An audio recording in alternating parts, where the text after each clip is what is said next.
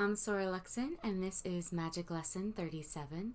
Why don't science and religion get along?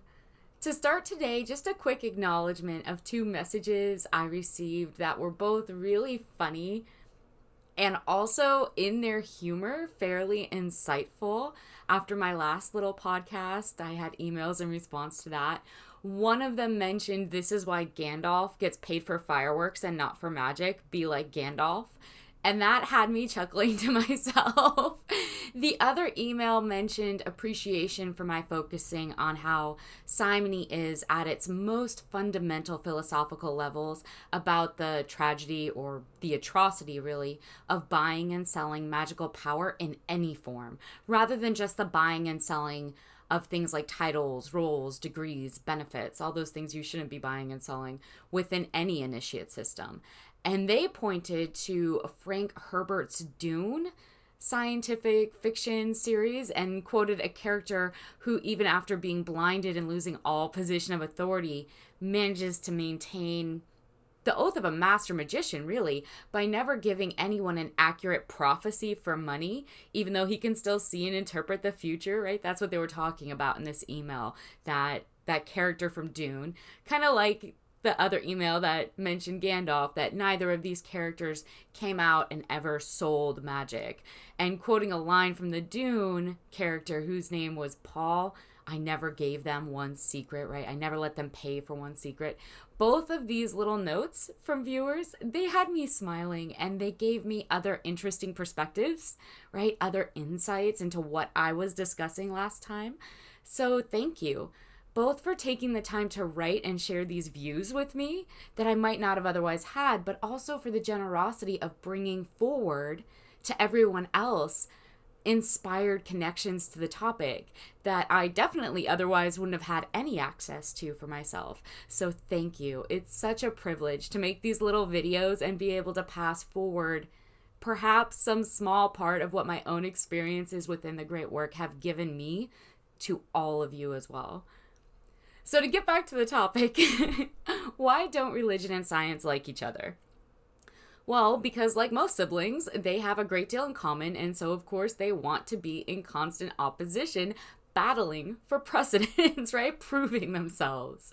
Today's little podcast is going to depend a lot on what you've been able to gain from my previous YouTube videos. If you've been listening to those, you're going to have to bear in mind, because these are very volatile subjects for most people. So you're going to have to keep in mind all the new depolarization work that you've been gathering for yourself and really listen with an open mind. The way I've been discussing is important for any magician to do for months now. By now, you really should have a firm grasp of your own ability to approach something and not have to react to it, either positively or negatively, to simply be able to hear something and then calmly evaluate it for yourself. And no matter whether you're choosing to agree with it or not, which is entirely up to you, at least be able to comprehend and appreciate where someone else is coming from on the same subject.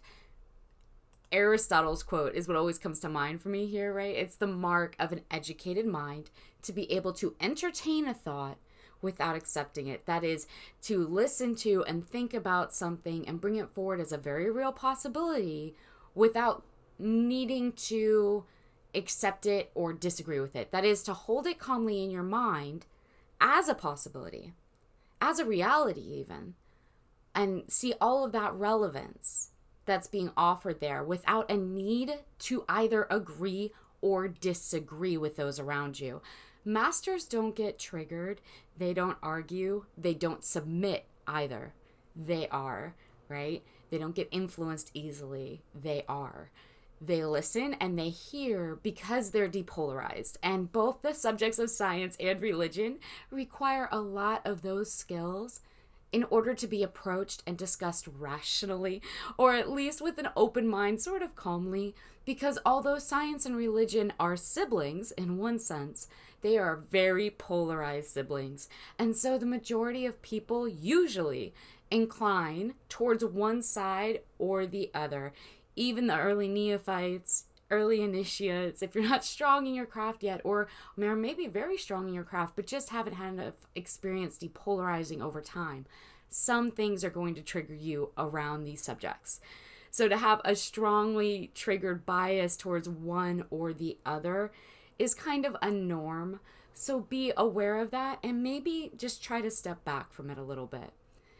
Individuals who tilt towards or wholly fundamentally embrace only science usually have a belief, because yes, thinking facts work is a belief system. That isn't to say it isn't a credible belief system, but it's still a belief system. Science is a belief system. To get back to it, those who hold to science generally believe that everything can be quantified. That is measured, tested, seen. The scientist only believes in what can be counted, proven. Science believes in, will only accept what can be measured, what can be proven based on the structures and constructs of our own ability to apply human comprehension to it.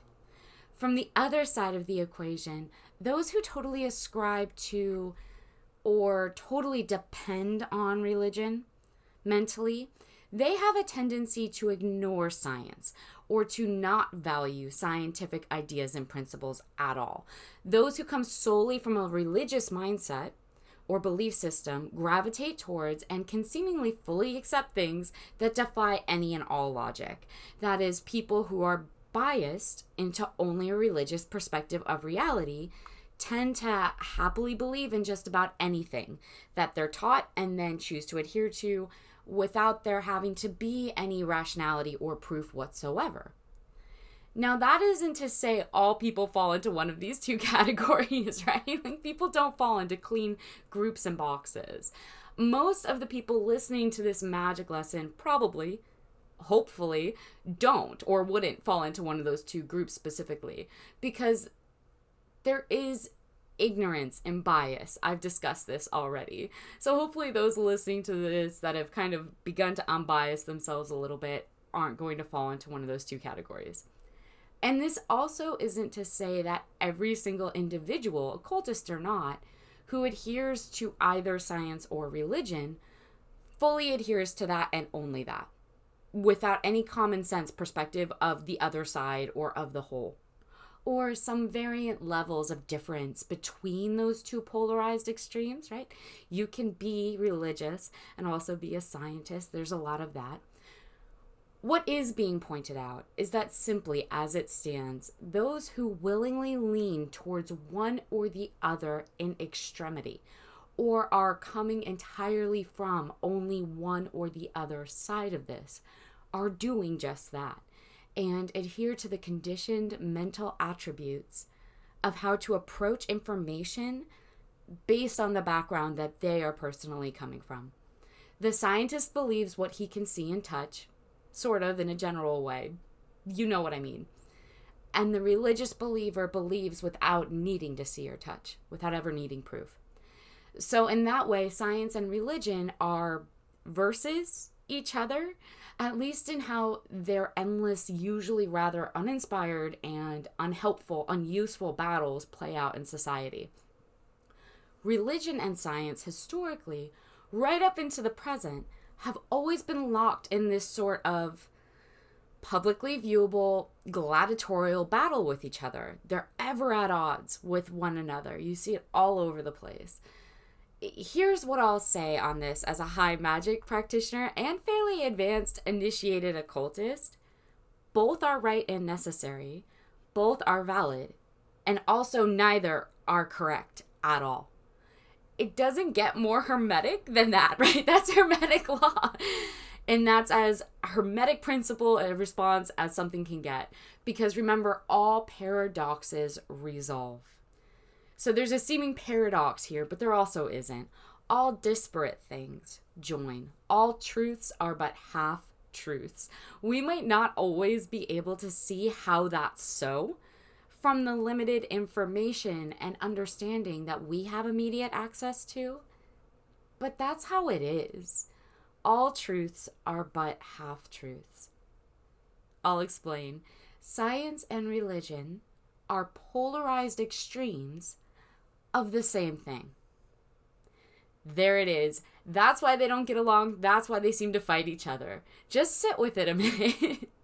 Science and religion are the same thing, polarized into two seemingly opposed or oppositional forces. See, polarity, more hermetics, remember?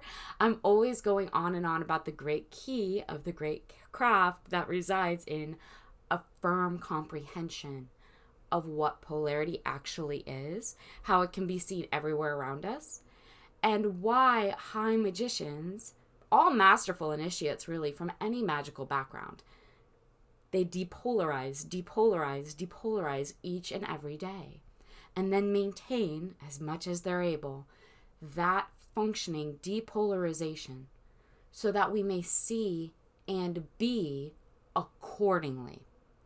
Because the whole polarity thing, it's everywhere, and it will take you for a ride. It will control you if you don't know how to perceive and use it.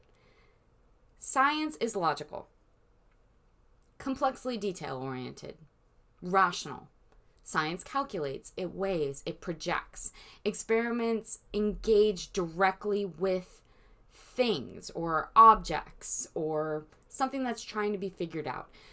Sometimes it seems to make things way more complex than they necessarily need to be, right? Sometimes someone who's religious will claim that's a hallmark of science, that it overcomplicates things. Religion, on the other hand, right, in polarity to science, is generally illogical. It doesn't need logic or proof to determine or be aware of itself. It isn't complex, but generally is very open, and even to the point of being vague, right, to many different interpretations stemming from some basic general principle that's very simple, right? Or a set of principles that are simple. Sometimes it oversimplifies things. So where science overcomplicates, religion can oversimplify. It makes complex subject matter far more easy to consume than it necessarily should be or needs to be. It requires no proof of evidence, no calculations or physical ascribable elements. It's receptive.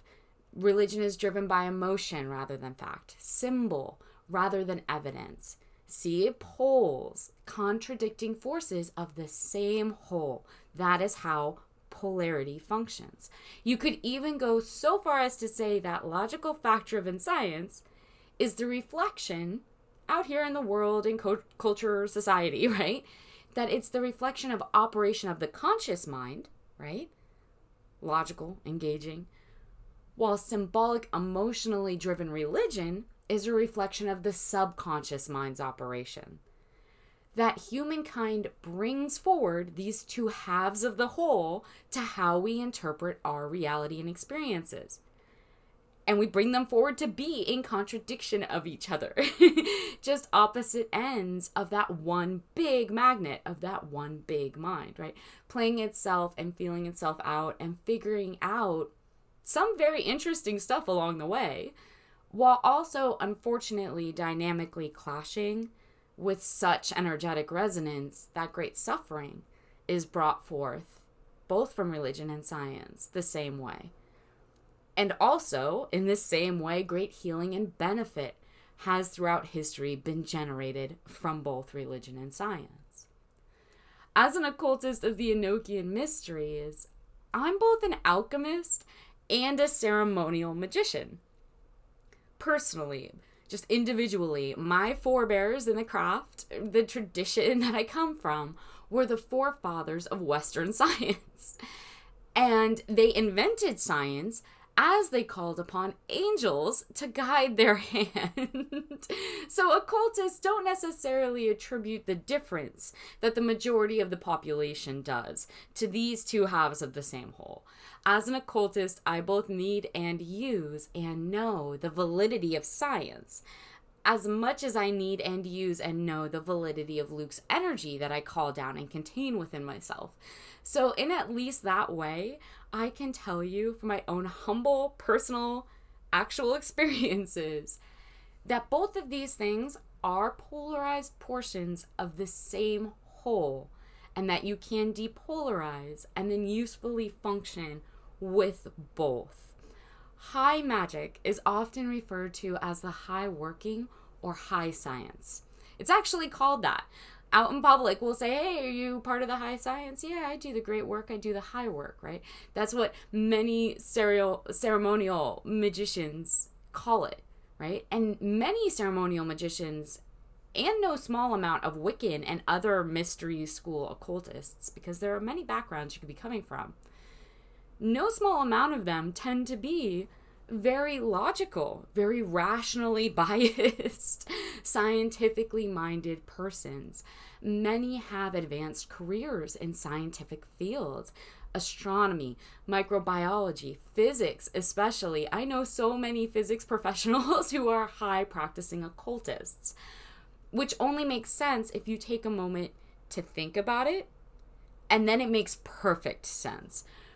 We still really don't know how the light bulb actually works. Most of the public never stops to think about that, but we don't, and neither did its inventor. So it only makes sense that a bunch of ceremonial practicing alchemical magicians are also physics experts or experts in their field of physics. That doesn't mean they go around at work talking about ceremonial ritual practices that allow them to harness the abilities of their own subconscious mind to then evaluate and solve highly complex equations or theoretical schema or projects at work, right?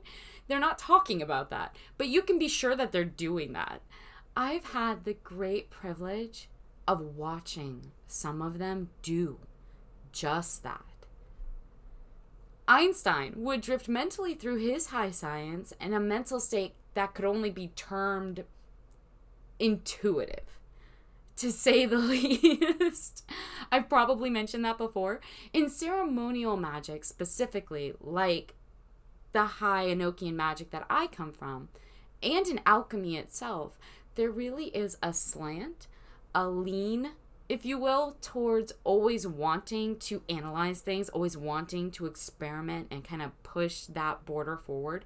So you see a lot of science born from and pursued in my specific form of the craft, specifically, just especially. So although religion and science may be presented and then conditioned into the public as oppositional forces, battling energies, every alchemist knows that isn't really the case, but that these are two presentations of a polarized whole. Depolarization reveals many hidden things to the persistent user of magic, including which polarities are used to distract and exhaust the majority, to maintain power over those who can be kept and maintained. This is already a long YouTube podcast for today, so I'll finish up why science and religion don't get along, or as you might now be asking for yourself, or do they, in a part 2 for next week's lesson, number 38. Until next time.